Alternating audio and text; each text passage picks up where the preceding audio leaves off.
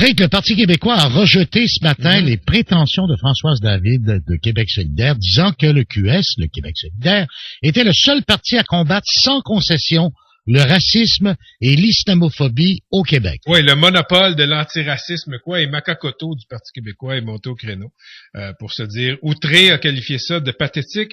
Paul, moi, jusqu'à Mme Marois, je trouve que le PQ avait une sorte de parcours d'ouverture envers les minorités, envers les gens qui ne sont pas des Québécois de souche. Tu sais, les Gérald Godin, Bernard Landry, ça a fait des assemblées de cuisine dans toutes les langues pour essayer de convaincre ces Québécois-là de la pertinence de la souveraineté. Et est arrivée la charte.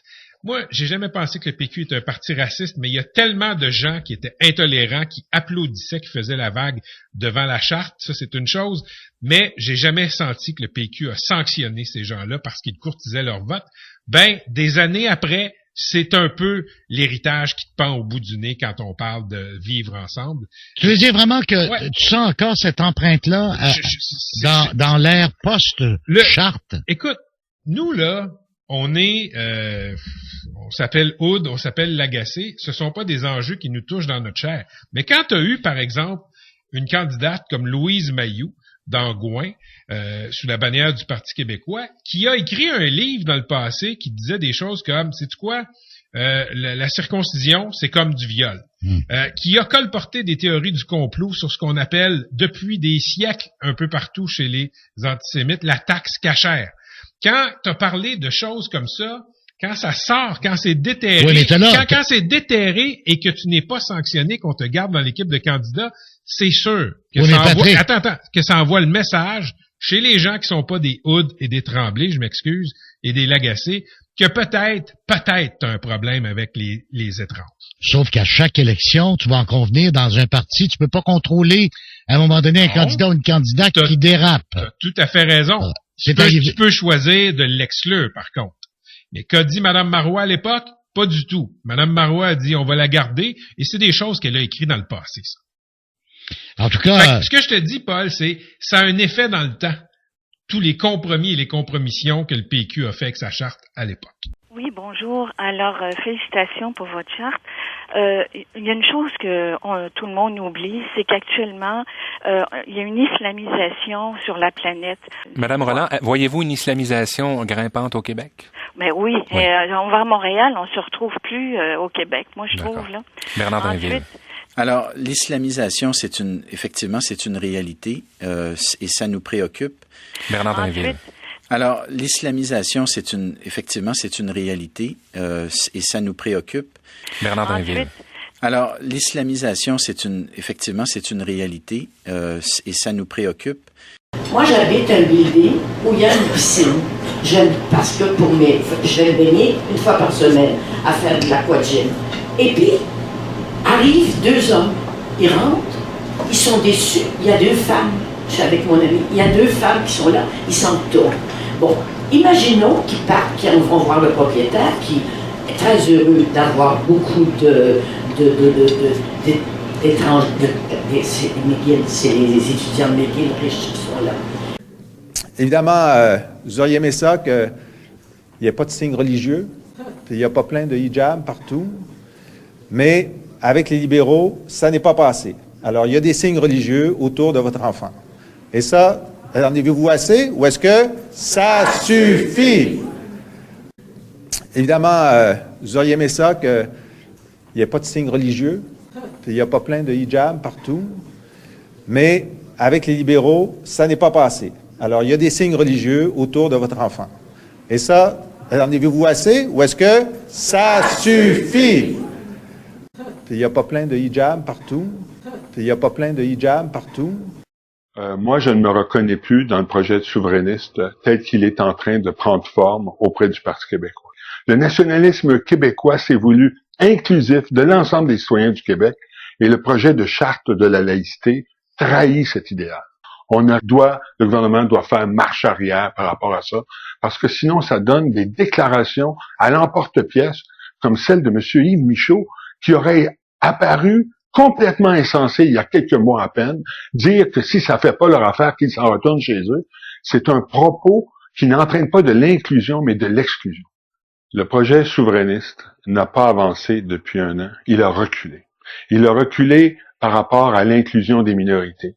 Un nationalisme a de la qualité dans la mesure où il est capable d'inclure les minorités. L'attitude à l'égard des minorités nous donne une façon de mesurer la qualité d'un nationalisme. En ce moment, le nationalisme québécois prend la forme d'un nationalisme conservateur, manifeste un repli identitaire et malheureusement une sorte de nationalisme du ressentiment.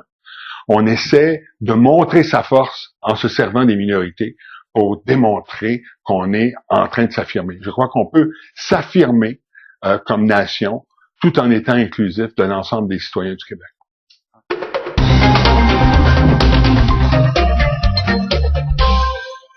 Ici Maxime Coutier, bonjour. Le candidat favori dans la course à la direction du Parti québécois, Pierre-Carl Péladeau, a finalement présenté des excuses en fin de journée hier pour ses propos controversés sur l'immigration et la souveraineté. Les critiques étaient venues de toutes parts pour dénoncer son affirmation selon laquelle la démographie et l'immigration nuisaient à la cause souverainiste. Pierre-Carl Péladeau s'est d'abord défendu d'avoir commis une bourde, mais il a ensuite admis son erreur. On vous invite aujourd'hui pour parler des propos que vous dénoncez de la candidate du Parti québécois dans la circonscription de Viau, Madame Tania Lompré. Rappelons qu'elle demandait par exemple la suppression du mot juif de l'hôpital général juif. Ces propos sont-ils, selon vous, symboliques d'une ambiance raciste qui monte? Au cours des dernières années, je pense qu'on a eu des politiques, des stratégies, nous, au Parti québécois, qui ont malheureusement creusé des fissures entre notre parti et l'immigration, entre notre parti et la jeunesse québécoise. On aura beaucoup à faire pour réparer tout cela, pour rétablir la confiance. Puis ça, ça se fait comme dans une famille. Ça se fait aussi comme dans une amitié malmenée, en reprenant le dialogue et en cherchant à se comprendre. Nous avons beaucoup à faire, puis il n'est pas impossible qu'on puisse y arriver. Pour ma part, il est devenu très clair que le projet du pays se conjugue à la diversité culturelle du Québec, avec toutes les pierres de ce mur. Il est normal de s'affirmer, il est normal d'être vigilant, il est normal de revendiquer notre langue, notre histoire, notre culture. On est là, soyons-y, bien sûr. Pour autant, on n'a pas à se replier sur nous-mêmes. Et ce repli identitaire que j'ai évoqué tantôt nous a beaucoup fait mal, puis il continue à nous faire mal. Les amalgames qui ont été construits autour de l'immigration presque menacent à notre survie.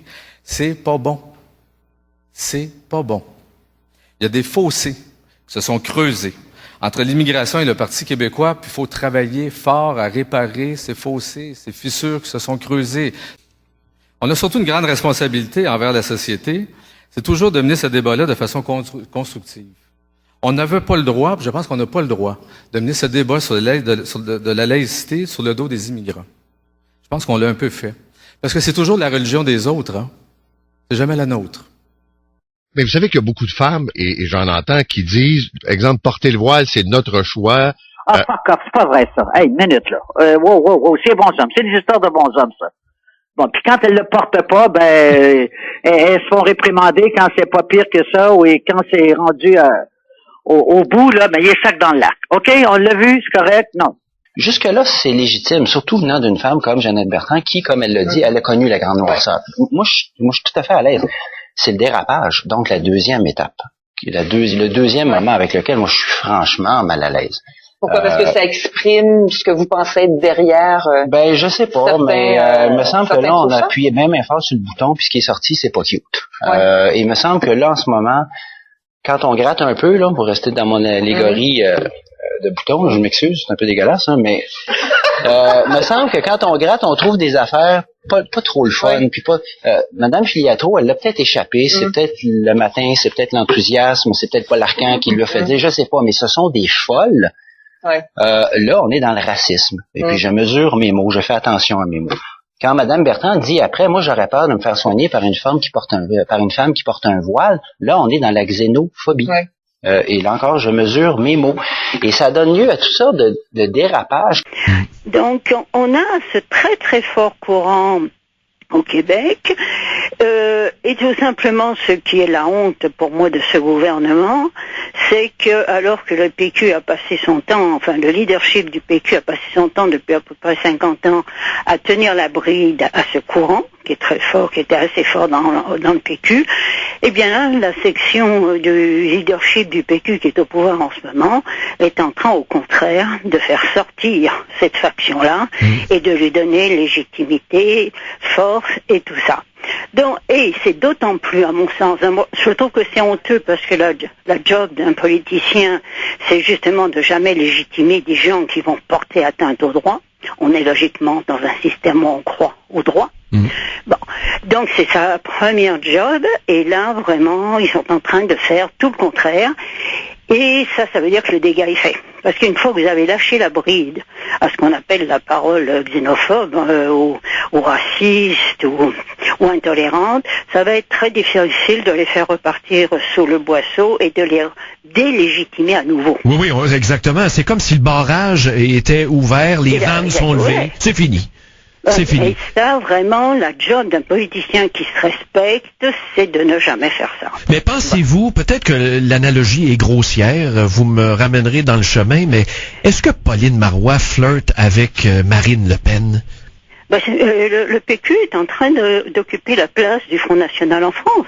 À partir du moment, c'est pour ça que j'ai parlé d'extrême droite, à partir du moment où vous tenez un discours que pour protéger les acquis des nationaux ou les valeurs des nationaux, il faut que vous pilez sur les droits des autres, bon, c'est fini. Nation, déni des droits des autres, dans ce cas-là c'est des minorités religieuses, ça pourrait être des minorités nationales, ça pourrait être les autochtones, ça pourrait être les homosexuels, ça pourrait être n'importe qui qui est vulnérable et minoritaire. À partir du moment où au nom de la nation vous pilez sur les droits des autres, c'est terminé, pour moi vous êtes dans l'extrême droite. Moi je me souviens d'une entrevue de Bernard Drinville où il s'adresse à une femme voilée, éducatrice en milieu familial qui téléphone dans une tribune. Et là, pauvre femme se fait ramasser par Drinville, mais madame, j'ai un malaise que vous ayez la garde des enfants. Les parents ont un malaise. Mais puis ce gars-là est allé à l'école, vous avez raison, là, c'est pas juste l'apanage des gens sous-scolarisés. Le gars est allé à l'école pour dire des niaiseries comme ça, là. Tout ce qui est courant raciste, suprématiste, intolérance religieuse, homophobe, xénophobe, il faut toujours, comme on dit populairement, tenir la dragée haute et ne jamais les légitimer. C'est la job en démocratie de n'importe qui est au pouvoir. À partir du moment où vous dites, mais si vous avez raison, pensez comme ça, c'est très très bien, et en plus, si vous pensez comme ça, vous risquez de prendre le pouvoir. Ah bon, c'est fini. Très émotif parce que je suis très touchée. Ça fait 25 ans que je suis au Québec. J'ai 40 ans. Je me fais dire espèce de terroriste maintenant, depuis le dépôt de votre projet. Vous trouvez ça pas pathétique? Je me suis fait arracher mon voile de ma tête dans un centre d'achat. Je me suis fait traiter de toutes sortes de noms depuis la sortie. Même sur votre page Facebook, monsieur, il n'y a personne qui est intervenu. Je me suis fait ramasser. Monsieur Drinville. Madame, il y a quelqu'un qui va sur ma page Facebook à chaque jour pour faire... oui, mais il n'y a personne qui est intervenu pour me défendre. Je me suis fait attaquer par des propos racistes, xénophobes et islamophobes. Et quand il y a plusieurs personnes qui se sont fait attaquer, on ne sort plus la nuit, monsieur Drinville. Je n'ai jamais eu honte du Québec comme je l'ai aujourd'hui. Et je me considère comme québécoise. Et je vous dis, vous imitez la France, mais la France est un pays colonial. Oh, le Québec fait partie du Canada. Alors j'aimerais bien savoir sur quoi vous vous basez pour sortir ce projet de loi. Et d'ailleurs, nous, on avait fait une sortie médiatique Québec inclusif. On avait demandé que le dossier soit carrément retiré au ministre Drinville. Premièrement, par sa désinvolture à évaluer les aspects juridiques du projet de loi. Tu sais, on lui dit, écoute, le barreau du Québec vient de dire que ça passera pas. Tu te retournes en disant, ouais, mais Jeannette Bertrand est pauvre, hein? Puis j'ai reçu un courriel de citoyen. C'est comme, écoute, tu sais, c'est comme t'es bien fin, Bernard, mais tu comprends pas, là. Comme, premièrement. Mais deuxièmement, et de façon plus importante, cette même désinvolture avec laquelle le ministre Drinville, et maintenant on doit dire tout le gouvernement, parce qu'on a vu qu'ils ont choisi de le laisser là, alors la grande responsable, c'est pas Bernard Drinville, c'est Pauline Marois, qui trouve que lui, il fait un très, très bon travail avec tout ça et que c'est un débat modéré qu'on est en train d'avoir au Québec. Et là, tu te dis, coudonc, ils vivent sur quelle planète? Et probablement que leur manque d'empathie envers les minorités qui sont touchées, qui sont les victimes des actes haineux, vient du fait qu'ils n'en ont pas ils n'en ont pas un Christ avec eux autres, là. Ils n'en ont pas de minorité religieuse avec eux, c'est sûr. Sinon, il n'y aurait pas des projets comme ça. Et je crois que ça explique une bonne partie de leur manque d'empathie. Quand on ne connaît pas des personnes qui sont touchées, quand on n'en connaît pas des femmes qui vont perdre leur job au nom de l'égalité homme-femme, eh bien, c'est facile de faire comme si ça n'existait pas. Mais vous savez, moi, ce qui m'a marqué du comportement de Bernard Drinville en commission parlementaire, c'est que dans les premiers jours, il y a eu un intervenant, je ne me souviens plus c'était lequel, qui avait traité certains chroniqueurs de racistes. Et là, Bernard Drinville l'a tout de suite arrêté. Il a dit non, attendez, monsieur, hein, on va faire un débat respectueux ici. Il n'est pas question qu'on traite qui que ce soit de raciste. OK. Et là, dans la même journée, il y a la famille Pinot-Caron qui passe en parlant de l'autobus, puis d'enlever nos chaussures, puis il priait à 4 pattes. Et là, le ministre les écoute en disant, vous savez, je respecte votre opinion. Il leur serre la main, il dit, je comprends que vous êtes pour la charte. Mais là, il y a un gros problème, là, parce qu'il ne veut pas entendre le mot raciste, mais quand il entend des commentaires racistes et xénophobes, il n'y a pas de problème. Alors, c'est tout à fait symptomatique, leur espèce de laïcité vide de sens, qui est seulement une laïcité d'apparence.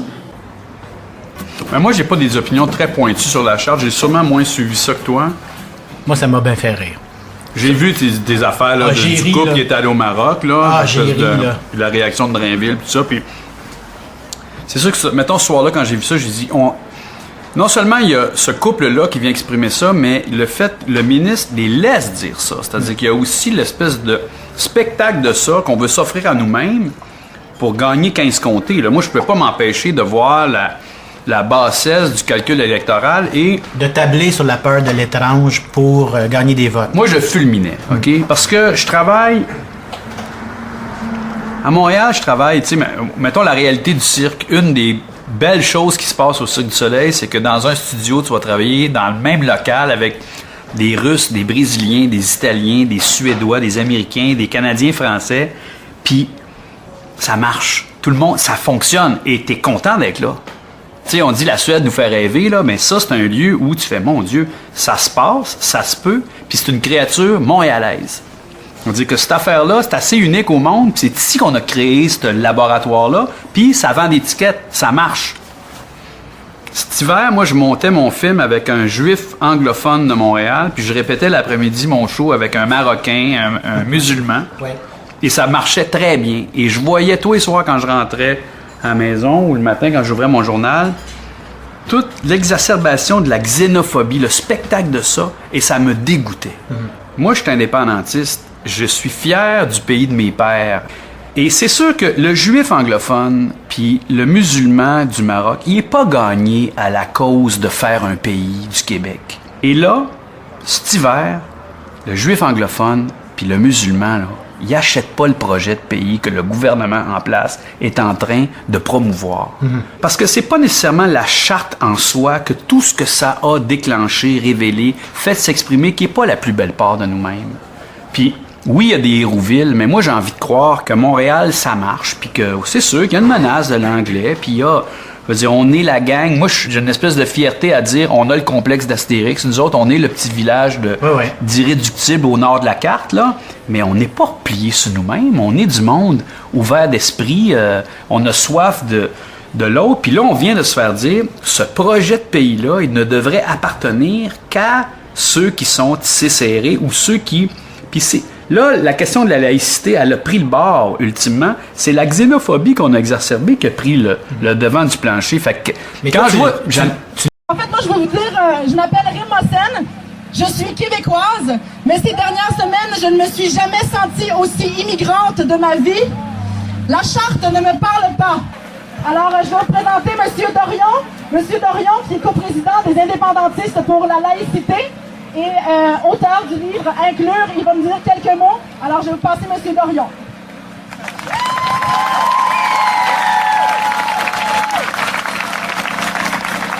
Merci. Merci, Rim. C'est indépendantiste pour une laïcité inclusive. Mes chers amis, l'avenir du Québec, il est dans sa jeunesse et il est aussi dans la diversité. La diversité des âges, elle est ici. La diversité des antécédents culturels. La diversité des opinions politiques. Elle est bien représentée dans la foule magnifique que nous constituons aujourd'hui. Mais si nous sommes ici rassemblés dans toute notre diversité, nous le sommes d'abord en tant que Québécois. Québécois venus dire notre amour pour le Québec et pour le modèle de tolérance et de respect qu'il constitue jusqu'à maintenant. Nous sommes ici pour contribuer à protéger et défendre ce modèle. Nous le ferons ici et entre Québécois. Nous sommes ici également pour défendre des femmes qui sont la première cible d'un lamentable projet.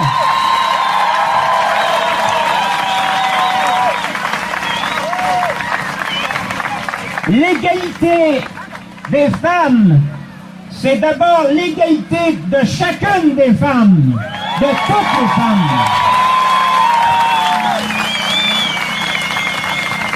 Que nous soyons fédéralistes ou indépendantistes, nous avons tous droit à un véritable débat sur une question aussi cruciale que celle des prétendues valeurs. Or, que nous offre le ministre? Il nous offre de pouvoir, chacun d'entre nous, nous épancher confidentiellement auprès de lui sur son site. Parce que personne d'autre que lui ne va voir notre point de vue si vous allez voir ce site-là, et vous ne verrez pas le point de vue des autres non plus. Quel beau débat! J'allais dire, quel beau débat!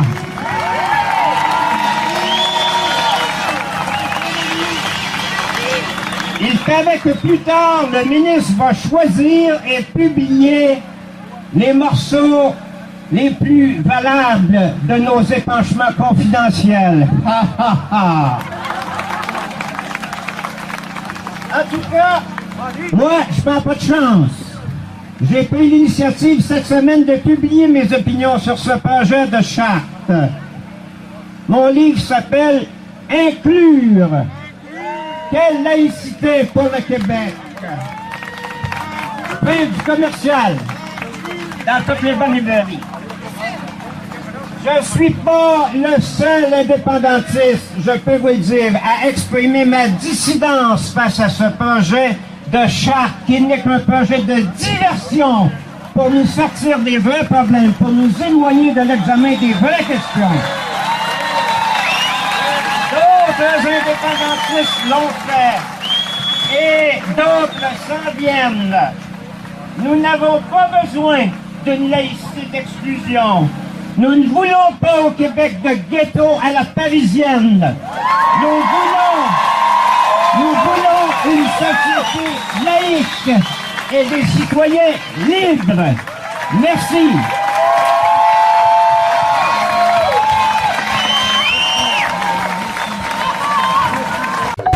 Il y a un aspect là, de ce projet de charte que tout le monde est à même de constater, quelle que soit l'opinion qu'on en a, pour ou contre. Et il y a deux choses, moi, que je trouve extrêmement importantes, quoi qu'il advienne. Premièrement, le débat qui devait unir les Québécois, Mme Marois l'a répété encore avant-hier, a inscrit une division profonde. Et pas une division comme une autre. Mais là, c'est un clivage ethnique. Ben, j'emploie le mot alors que je ne voulais pas l'employer. Ethnoculturel. Le Québec est en train de réaliser une performance extraordinaire Dans toutes les sociétés où il y a des minorités ethnoculturelles et des immigrants de fraîche date, elles sont toutes en compétition. Elles font leur lobbying auprès du gouvernement, auprès de l'État pour obtenir des avantages, pour obtenir leur reconnaissance, etc. Et elles font toujours ça très conscientes de la compétition, du fait qu'il y a un paquet d'autres minorités qui font la même chose, puis ils se disputent, ils se retrouvent au portillon de l'État. Au Québec, on est en train de réaliser une performance sociologique extraordinaire. On est en train d'unifier les minorités, de les solidariser. Et de les solidariser contre la majorité francophone. Alors, moi, c'est quelque chose qui m'inquiète beaucoup. Et c'est une fracture qui va être très, très, très longue à réparer. Et qui défait le travail minutieux, éclairé, patient, méritoire d'un paquet de Québécois qui ont travaillé à intégrer la diversité au Québec depuis quelques décennies. Moi, quand je pense à ça, ça me donne envie de pleurer. Ce projet de loi, pour moi, est une trahison. Et plus le temps passe, j'arrive à déceler des trahisons à plusieurs niveaux. Et je pense que Mme Marois a trahi le Québec en premier lieu, en associant des valeurs d'exclusion aux valeurs québécoises. Le Québec, il faut le mentionner quand on parle aujourd'hui de la charte canadienne, que le Québec a instauré la première charte des droits de la personne au Canada, c'était la charte québécoise qui a été instaurée en 1975. Et c'est une trahison d'associer un discours aussi discriminatoire à ce Québec. C'est une trahison au peuple québécois qui a élu Mme Marois parce qu'il y avait une crise économique, parce qu'il y a un taux de chômage de plus en plus élevé. Et au lieu de travailler sur des vrais problèmes, Mme Marois a choisi de travailler sur des problèmes imaginaires. Et pour moi, c'est une deuxième trahison. La troisième trahison pour moi, c'est pour le Parti québécois. Un parti dont je peux dire que j'étais encore membre il y a quelques semaines. Un parti qui a démontré à travers les mandats où il avait à gérer le Québec qu'il a instauré la majorité des orientations socio-démocrates du Québec. Quand on parle de la santé, quand on parle de l'éducation, le Parti québécois a laissé son empreinte. Le Parti québécois a toujours été du côté de l'opprimé. Et aujourd'hui, Mme Marois a trahi le Parti québécois en le mettant du côté de l'oppresseur. Madame Marois a trahi le Parti québécois. Madame Marois a trahi le Parti québécois. Madame Marois. Québécois. Une autre trahison, c'est surtout par rapport à la souveraineté, par rapport à la mémoire des hommes et des femmes qui ont travaillé sur ce projet qui a été toujours un projet socio-démocrate, un projet ouvert à la diversité, une souveraineté citoyenne, une souveraineté qui se base sur une longue commune qui nous unit, mais par contre une diversité. Il faut mentionner que s'il y a aujourd'hui beaucoup de Maghrébins au Québec, c'est parce que la philosophie du Parti québécois, quand il était à sa profondeur, a permis l'arrivée de ces immigrants en adoptant des critères qui favorisent cette immigration, en sachant que cette immigration avait une religion différente par rapport à la majorité, et ça n'a jamais été un obstacle. Aujourd'hui, Mme Marois a trahi cette mémoire, la mémoire de M. René Lévesque, lui qui est québécois, mais par contre, avec toute l'affinité qu'il avait avec la France, il a choisi le combat du peuple algérien parce qu'il a adopté, il a choisi le camp des opprimés. Un dernier mot que je voudrais adresser spécifiquement à ma communauté, la communauté musulmane. Cette crise a des bons côtés pour nous. Elle nous a permis de comprendre que les libertés et les droits qu'on a trouvés dans ce pays ne sont pas acquises. C'est des droits qui sont reliés à un combat quotidien, que chacun de nous doit s'impliquer. C'est très important qu'on apprend de cette crise parce que on ne peut pas nier. La communauté musulmane est visée par cette charte. Mais c'est important qu'on comprenne une chose, qu'on a l'obligation morale d'être présent, même si cette charte ne passe pas, dans tous les combats. C'est pas important qu'on partage les valeurs, qu'on partage les convictions des gens qui sont opprimés. J'étais très content, je suis très content de voir que chaque jour, les intellectuels québécois, des franges de la société québécoise, qui peuvent être en désaccord avec le voile, mais qui aujourd'hui s'opposent à cette charte. C'est notre obligation morale dans les prochains combats, avec des personnes qui ne partagent pas nos convictions, d'être à leur côté, même sur la question des orientations sexuelles. C'est important que la communauté musulmane prenne ses responsabilités sur la base des droits de défendre le choix de chacun dans ce pays, de façon à ce que chacun soit libre et que la majorité peut gouverner sans opprimer la minorité. Et merci beaucoup. Merci, monsieur Lamine Foura. Je commencerai ces mots avec un poème que tout le monde connaît bien, un poème qui a marqué ma vie politique dans le mouvement indépendantiste, un poème de Gilles Vigneault. Dans ce pays de poudrerie, mon père a fait bâtir maison. Je m'en vais être fidèle, à sa manière, à son modèle. La chambre d'amis sera telle qu'on viendra des autres saisons pour se bâtir à côté d'elle. Dans mon grand pays solitaire, je crie avant de me taire à tous les hommes de la terre. Ma maison, c'est votre maison. Entre mes 4 murs de glace, je mets mon temps et mon espace à préparer le feu, la place pour les humains de l'horizon, et les humains sont de ma race. Congédier des femmes descendent de la petite enfance parce qu'elles portent une croix, un foulard, ou un homme d'un hôpital parce qu'il porte une kippa ou un turban. Je ne peux pas souscrire à une telle politique. La position du Bloc québécois, la seule qui était débattue par les instances du parti ou discutée en caucus après une grande consultation à travers tout le Québec, s'inscrivait dans les faits et par écrit, on a un mémoire là-dessus, en désaccord avec un tel type d'interdit. Mon action politique, récente et future, se fera dans cette perspective.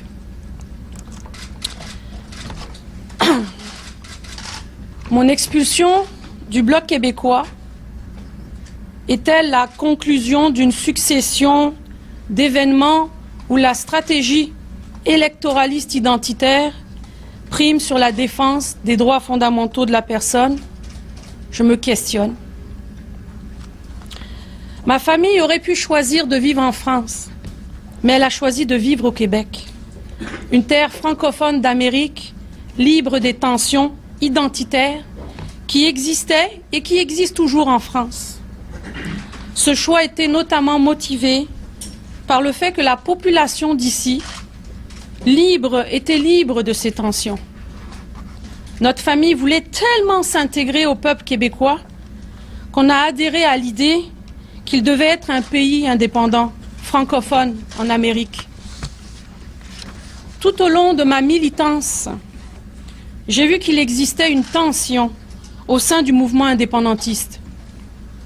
Mais les leaders du mouvement et la majorité militante réussissaient toujours à chasser les démons de l'intolérance populiste lorsque venait le temps d'élaborer des politiques.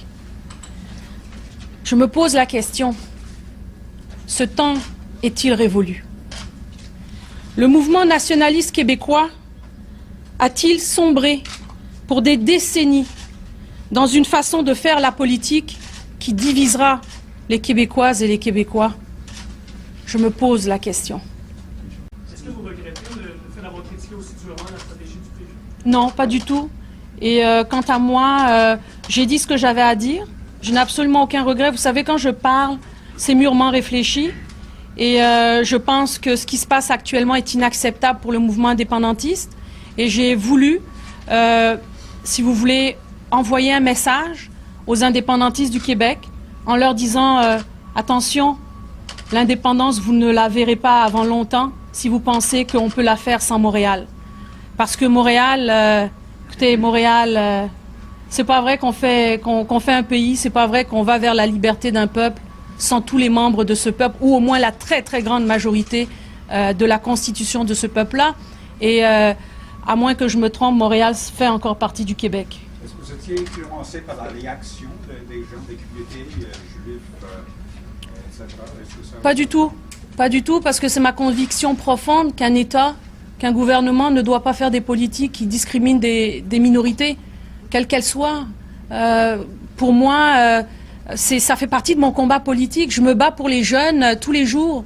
Je me bats pour le droit des femmes. Comment je peux accepter une politique qui va systématiquement, consciemment, systématiquement, brimer le droit des femmes, parce que ça cible directement les femmes, compte tenu que c'est des postes occupés par les femmes. Donc c'est dur pour moi d'accepter ça. Je n'ai absolument aucune influence, mon cher monsieur. Si vous saviez comment c'est dur de m'influencer. Est-ce que vous estimez que le Bloc, en vous expulsant, et le Parti québécois, en déposant cette charte-là, s'auto-pelure de bananier? Ben, je vous dirais que s'il y a une stratégie, moi je pense, mais en tout cas, s'il y a une stratégie électoraliste en arrière de ça, pour moi, elle n'est pas bonne. Parce que cela fait des années que le mouvement indépendantiste essaye d'inclure dans le projet les personnes de tous les horizons. Et c'est pas évident. Moi, je peux vous dire, j'ai passé depuis que j'ai commencé dans les partis indépendantistes, j'ai tout le temps, c'était ma mission, convaincre le monde issu des groupes ethnoculturels de devenir membre du parti, de devenir candidat, de financer le parti. Donc, et c'est dur, c'est pas évident de le faire parce qu'il y a toujours des préjugés face au mouvement indépendantiste, une grande peur. Et c'est sûr que cette action-là, avec cette charte, j'en entends beaucoup parler, énormément parler dans les communautés. Les gens ont peur, les gens se sentent exclus du nous qui semble être un nous québécois, mais auquel ils ne se voient pas et auquel je ne me vois pas, personnellement. Donc je peux comprendre qu'ils ne se voient pas dans ce nous identitaire-là. Et oui, je pense que c'est une mauvaise stratégie à long terme pour le mouvement indépendantiste, tout simplement. Non, je vous dirais, je porte ma croix depuis ma plus tendre enfance. Et vous pouvez regarder toutes mes photos sur Internet ou ailleurs. La grande majorité de mes photos, j'ai toujours ma croix. Donc pour moi, ma croix fait partie de moi. C'est mon identité. Je suis chrétienne, catholique, maronite, fière de l'être. Et je n'ai pas à me cacher de ce que je suis. Et je travaille dans mon comté avec des églises, des mosquées. Je travaille avec toutes sortes des évangélistes. Je travaille avec tous ces gens-là et je travaille avec des laïcs. Alors je peux vous dire que pour moi, c'est le fun de travailler avec cette diversité-là. Quelle est votre évaluation de ce qui arrive à l'image du Québec dans le reste du Québec? On nous décrit comme xénophobes, comme racistes dans les autres médias. Il faut le reconnaître. Et puis pour être déjà allé ailleurs au Canada aussi, on nous perçoit très mal. Et ce n'est pas ça le Québec. C'est pas ça le Québec. Nous ne sommes pas comme ça. Mais des politiques telles qu'on le voit avec cette charte très maladroitement amenée, fait en sorte que notre image en prend un coup. C'est sûr que sûrement notre image n'en prend pas un coup en France. Parce qu'on semble vouloir se calquer sur le modèle français, qui est un désastre au niveau de l'intégration. Et nous le savons bien, le nombre de banlieues françaises qui sont remplies de millions de Maghrébins et d'Africains qui jusqu'à présent ne sont même pas considérés comme des Français. Et on a aussi vu comment la délinquance, la criminalité, la pauvreté et l'exclusion sévit dans ces banlieues-là. Alors, moi, c'est pas ça que je veux pour le Québec. C'est pas ma vision. Je pense à Mme Mourani que le projet de charte du PQ relève du nationalisme ethnique ou pas? Je vous dirais ce que j'ai pu lire ou entendre dans les médias concernant ces propos-là.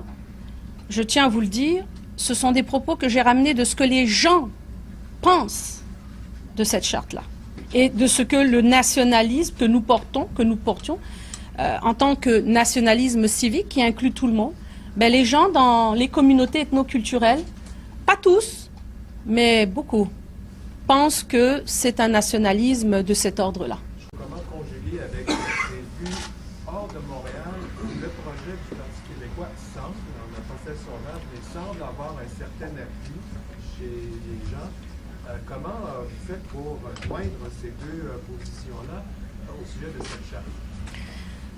Je crois qu'il y a beaucoup de manque de communication.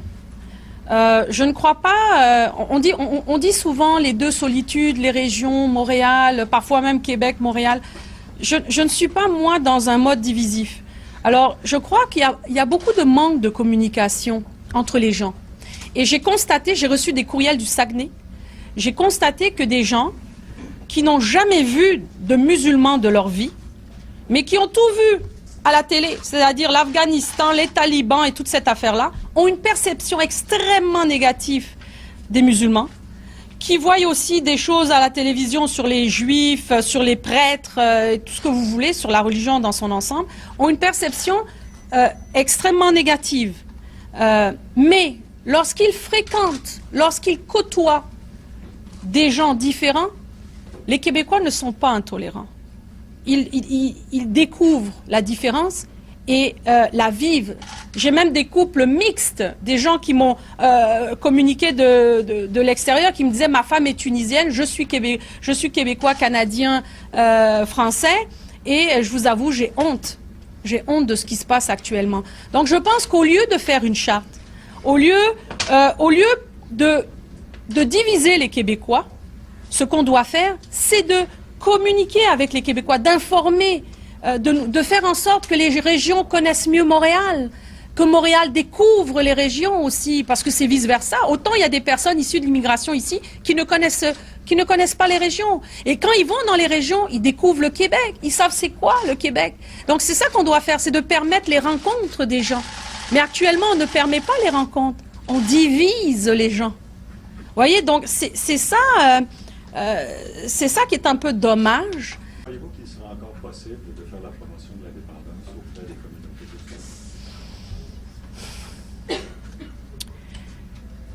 de souhaiter bonne chance. Écoutez, c'est difficile parce que les gens sont extrêmement blessés. Les gens sont extrêmement blessés. Le lien de confiance est brisé. Et vous savez comment le lien de confiance, c'est quelque chose qui se bâtit d'année en année. Moi, j'ai reçu des courriels, des téléphones, des gens qui financent actuellement le Bloc québécois et qui ne financeront plus le Bloc québécois, qui font partie de différentes communautés, qui ont financé depuis des années le Bloc québécois. Je sais que plusieurs de ces personnes ont rendu leur carte au Bloc québécois. Donc pour le Bloc, c'est une grosse perte. Et pour le mouvement indépendantiste, ça va être de plus en plus difficile de convaincre ces personnes qui sont des Québécois à part entière et qui ont une place dans le mouvement indépendantiste. Je me questionne moi-même. Monsieur Cloutier, on a vu, c'est probablement la première fois que les sondages nous indiquent que les jeunes votaient moins pour le Parti québécois que leurs aînés. Vous êtes un des plus jeunes députés de l'Assemblée nationale. Est-ce qu'il n'y a pas des ponts à rétablir avec la jeunesse québécoise et le PQ? Ben, c'est évident que la réponse est oui. Aujourd'hui, ça a changé, c'est plus comme c'était. Je pense que les gens nous comprennent mal, on est un peu déconnectés avec la population. Je suis assez d'accord avec Sylvain, tu peux pas avoir 25% d'appui populaire puis prétendre du même souffle de répondre aux aspirations des Québécois. Et c'est vrai aussi pour les jeunes qui sont ouverts sur le monde, les jeunes qui voyagent beaucoup, qui souvent parlent une deuxième, une troisième langue. Alors on doit avoir un discours qui leur parle, un discours qui est ouvert sur l'autre, ouvert sur la diversité. Mais est-ce que la Charte des valeurs était le bon discours à ce moment-là à avoir pour attirer les jeunes électeurs? Vous aurez compris qu'on aura une sérieuse réflexion à y avoir sur le contenu même de cette charte. Il y a des éléments qui nous portaient davantage et qui pouvaient davantage rassembler. Et je pense qu'à plusieurs égards, on aurait dû se concentrer sur ce qui faisait davantage consensus. Mais de façon générale, là, moi, le virage identitaire, il faut en revenir. Il y a des limites dans les mesures qu'on peut mettre en place, puis il faut pas au Québec, traverser l'autre bord de la ligne. Moi, ce que je dis sur la laïcité, c'est fondamental pour le Québec, l'égalité entre les hommes et les femmes, mais légiférons sur ce qui fait consensus, mais l'espèce de surenchère de qui va être le plus identitaire de la gang, là, extrêmement dangereux, puis il faut faire très attention comme société de pas glisser vers des positions plus extrêmes uniquement pour plaire à une certaine frange de l'électorat. Moi, je sonne un cri d'alarme, je dis au monde, restons prudents, soyons intelligents, nous les législateurs, là, faisons preuve un peu de hauteur pour pas tomber dans une partisanerie qui nous amènerait à des glissements. Pouvez-vous que Pauline Marois fait ça? Moi, je viens de passer 8 ans à courir un gouvernement qui pense que plus vous en savez, moins c'est bon. Donc, qui décide qu'on n'a pas besoin d'un recensement qui a de l'allure, parce que ces données-là, il y a mieux qu'on les ait pas, qui décide que les scientifiques parlent plus quand c'est le changement climatique, qui dit, nous, on sait que c'est pas les experts en petite enfance qui savent ce qui est bon pour l'éducation des enfants, c'est les parents. Alors, j'ai passé 8 ans à regarder cette espèce d'obscurantisme s'établir. Et aujourd'hui, je suis en train de couvrir un débat sur la charte où on dit c'est pas utile d'avoir les avis juridiques qu'on a payés avec nos impôts et qui ont été donnés au ministre de la Justice pour dire ce que vaut la charte qu'on demande. C'est pas utile de savoir combien de gens ça touche. Et je suis excessivement troublée parce que on vient d'amener à Québec le genre de façon d'amener un débat qui dit ben non, mais c'est pas ça qu'on entend sur la rue. C'est pas grave ce que les experts disent. Monsieur et madame, tout le monde le savent. Et ça fait pas un débat éclairé. Et c'est la méthode Harper. Alors, si j'aime pas ça quand c'est Stephen Harper, je peux pas vous dire, comme journaliste qui a été élevé à penser que les faits, c'est les piles d'une flashlight, que je suis censé aimer ça quand on me sort une chandelle puis qu'on la met juste dans les coins qu'on veut que je regarde. Vous êtes donc le Centre d'études éthiques des universités montréalaises. Vous avez une fine expertise.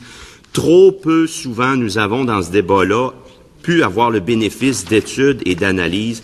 Moi, je veux vous entendre votre voix plus longuement que celle du ministre que je viens d'entendre présentement. Je vous cite à la page 12. « Il nous paraît évident que l'État a un rôle fondamental à jouer pour favoriser une compréhension de la diversité, puisque des décisions politiques peuvent enclencher des mécanismes d'exclusion à l'égard des minorités et de racisme à l'égard des minorités. Ces mécanismes sont déjà à l'œuvre et nos chercheurs les ont documentés. » Et vous faites donc, évidemment, à votre point 7, page 16, la discrimination quant à l'accès au travail. Vous dites le Québec, société située en Amérique du Nord où la liberté de conscience et la liberté d'expression ont toujours un statut central. J'aimerais, là, puis je vais rapidement, vous entendre sous deux aspects. De un, le message que ça envoie de dire public, parapublic et les sous-traitants de l'État. Ça, c'est plus de 600 000, aucun signe religieux. Le message que ça envoie quand on essaie du même souffle d'avoir le discours d'un État qui est diversifié, qui fait la place à la diversité, qui est une richesse. J'aimerais vous entendre là-dessus et j'aimerais également vous entendre sur le postulat ou la présomption, indépendamment des nombreuses heures et années de cours d'éthique, si vous avez un signe religieux, j'ai une présomption de votre mauvaise foi, présomption que vous allez vouloir faire de nouveaux adeptes ou que votre croyance, qui est un système de valeurs qui vous fait évidemment de bons et de bonnes citoyens et citoyennes, votre croyance viendra contaminer votre professionnalisme. J'aimerais vous entendre là-dessus. Dans une société aussi sécularisée que la nôtre, une sécularisation qui atteint les croyants dans toutes les religions, et ça, c'est très documenté, le rapport de proximité, de distance par rapport aux normes de leur religion est manifeste chez tous les croyants dans toutes les religions. Alors, il est évident qu'on ne peut pas imputer à quelqu'un qui porte un signe religieux ou qui n'en porte pas d'adopter des normes malveillantes à l'égard d'autrui qui pourraient lui faire du tort. Cela dit, on remarque que quand les individus dans une société commencent à avoir de la suspicion à l'égard d'autrui, une suspicion qui n'est fondée que sur leurs propres préjugés personnels, alors une suspicion qu'une personne de peau noire va probablement servir de façon plus adéquate, plus bienveillante, quelqu'un, une clientèle de la peau noire ou même chose pour le handicap, etc. Si l'État se met à renforcer d'un point de vue institutionnel cette suspicion à l'égard d'un certain nombre de personnes, ça légitime du coup les membres de la société à exercer la même suspicion à l'égard d'autrui. Et d'autres éléments documentés que nous avons, si l'État, par l'institutionnalisation de certaines lois, manifeste une suspicion à l'égard de personnes, par exemple, qui portent un signe religieux, mais ça peut être à l'égard de la couleur de la peau dans d'autres contextes. Quand ces individus sortent du contexte institutionnel étatique et, par exemple, doivent aller chercher un logement, leur signe religieux ou la couleur de leur peau, ils l'ont avec eux. Alors, pourquoi la personne qui doit, par exemple, louer ou non un logement à cette personne ne serait pas tout à coup aussi méfiante que le gouvernement peut l'avoir fait en légiférant pour interdire ces signes-là comme étant présumés nocifs lors de l'exercice de leurs fonctions professionnelles? Ou donc noter, effectivement, on dit beaucoup, parce que là, demain matin, ce serait 600 000 Québécoises, Québécois, publics et parapublics, et plus les entreprises, les employés des PME et des entreprises donnant des services au gouvernement ou recevant une subvention. Avez-vous vu un phénomène de vase communicant? Et l'avez-vous constaté? Si le gouvernement met le standard à ça, comme on dit, présomption que tu as un signe religieux, tu as une croix, et que, donc, c'est de facto fautif, tu dois l'enlever. Avez-vous vu, dans vos études, que ce soit au Canada ou ailleurs dans le monde, un système de vase communicant où là également, vous venez d'en faire état, les entreprises et les organismes autres que publics et parapublics vont de facto adopter la même méfiance? Est-ce que vous voulez? Oui. Effectivement, puis on le voit présentement en France. Alors, mes collègues chercheurs sont extrêmement inquiets, notamment pas plus tard qu'hier. Il y a eu une entreprise privée située dans une banlieue où il y a pratiquement 100% uniquement de personnes immigrées dans des situations largement défavorisées et qui, même si la loi ne s'applique pas en France aux entreprises privées, veut étendre la loi aux entreprises privées avec l'interdiction de signes religieux, quels qu'ils soient, dans son entreprise. Alors, effectivement, il y a un danger non seulement de vase communicant, mais de présomption et de préjugés entretenus, je dirais, institutionnellement et systématiquement à l'égard de certaines catégories de personnes et pas d'autres. Alors, j'ajouterais aussi que autant il m'apparaît déplacé de présumer de la nocivité de certaines convictions qui nous apparaissent visibles, autant on ne peut pas dire que les convictions qui sont invisibles sont non nocives. Alors on pense à la misogynie, au racisme, à l'homophobie, qui sont généralement des convictions que peuvent porter beaucoup de citoyens et qui n'ont aucun lien avec un signe ostentatoire religieux qu'ils peuvent porter ou non. J'aimerais également, on parle au niveau social, et vous avez un exemple tout à fait frappant. La France ne peut pas être un modèle d'intégration et d'accueil, et c'est pas un argument que de dire, en France, ils l'ont fait, on doit le faire nous également. Ça tient pas du tout la route, c'est des raccourcis intellectuels. J'aimerais vous entendre maintenant, pas au point de vue social, mais au niveau de l'individu. Vous parlez en page 16 du phénomène de banalisation de l'identité religieuse. Oui, il y a la conséquence capitale de perdre son emploi pour un homme ou une femme, et en termes d'importance de participer, de se réaliser dans l'emploi, de participer à la société, donc l'importance d'avoir un emploi. J'aimerais vous entendre sur ce phénomène que l'on vivrait au point de vue individuel, de se voir banaliser ce qui fait ce que nous sommes intrinsèquement, et ce qui constitue un motif de non-discrimination, la croyance, la liberté de conscience et de religion. Madame je peux dire quelque chose, si vous voulez bien, vous me permettez. On a des recherches qui révèlent que les victimes de préjugés, de ceux qui se voient exclus, non seulement souffraient d'une estime de soi négative, mais se sentaient plus tristes, plus stressées et plus dépressives que celles qui ne subissaient pas ce genre d'abus. De plus, les recherches montrent qu'en général, la discrimination représente une menace à l'identité sociale des victimes. On a de la recherche là-dessus. Ce sentiment de menace amène parfois les victimes à s'identifier plus fortement à leur propre groupe, ayant pour effet de provoquer un repli identitaire qui nuit à l'intégration des minorités. Alors, on a ça aussi comme résultat. Ce repli identitaire peut provoquer l'adoption de stratégies d'acculturation séparatiste Bon, là, on est dans des recherches un peu spécialisées, mais donc un sentiment, une orientation d'acculturation séparatiste à l'égard de la société d'accueil, comme le démontrent nos études des étudiants maghrébins en France. Attention, le repli identitaire isole les minorités et peut mener à l'intégrisme. En somme, la discrimination indirecte de la Charte mine la cohésion sociale du Québec. Et on le voit en France, il y a des quartiers de non-droit en France pour ceux qui sont exclus de la société française, surtout les Maghrébins. Donc, les dangers existent avec ce genre de catégorisation-là qu'on voit dans la loi par rapport à ceux qui portent des signes religieux et ceux qui ne les portent pas. Madame la députée de Notre-Dame-de-Grâce, à vous la parole. Beaucoup de choses. Alors, peut-être on va avoir des questions, peut-être des réponses rapides. Vous dites que la tradition québécoise, que l'affirmation de neutralité, de laïcité, de l'expression est ancrée dans l'histoire d'une société. Puis, il faut faire attention, prendre garde de ne pas s'inspirer de modèles ailleurs. Et vous confirmez que les politiques publiques, depuis la Révolution tranquille, c'est un modèle de laïcité ouverte. Est-ce que c'est bien ça?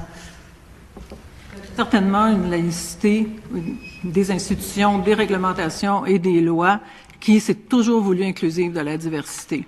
Alors, certains la qualifient d'ouverte, d'autres d'inclusive.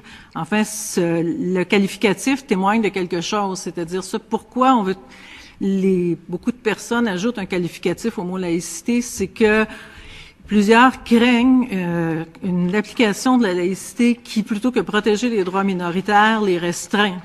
Alors, comme ça existe dans peu de pays, mais dans certains pays dont on ne peut pas importer justement les exemples parce que la tradition juridique et historique est différente. La neutralité a toujours été une neutralité des institutions et non des individus. C'est selon la règle de droit du Québec, du Canada. Du Canada depuis plus que des décennies, des siècles.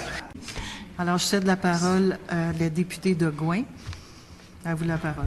Pour une période de combien de temps, Madame la Présidente? Vous avez 3:40. Merci. Mesdames, Messieurs, bonjour. Première question. On entend beaucoup de choses ici à cette commission, en fait beaucoup de ce que j'appellerais des anecdotes, d'un côté ou de l'autre, là, sur les rapports usagers-employés. Moi, je voudrais savoir s'il existe des recherches sur cette question. Employés des services publics, bien entendu. En fait, oui, on a des chercheurs qui travaillent spécifiquement sur l'intégration au travail des minorités et les rapports interculturels qui peuvent se produire. Et rapidement, la ligne d'importance, c'est il incombe à l'institution de trouver des mécanismes pour aider l'intégration de minorités et permettre des rapports interculturels de qualité pour justement lever, excusez l'expression académique, la dissonance cognitive qu'il peut y avoir ou la peur, la crainte qu'il peut y avoir de la différence.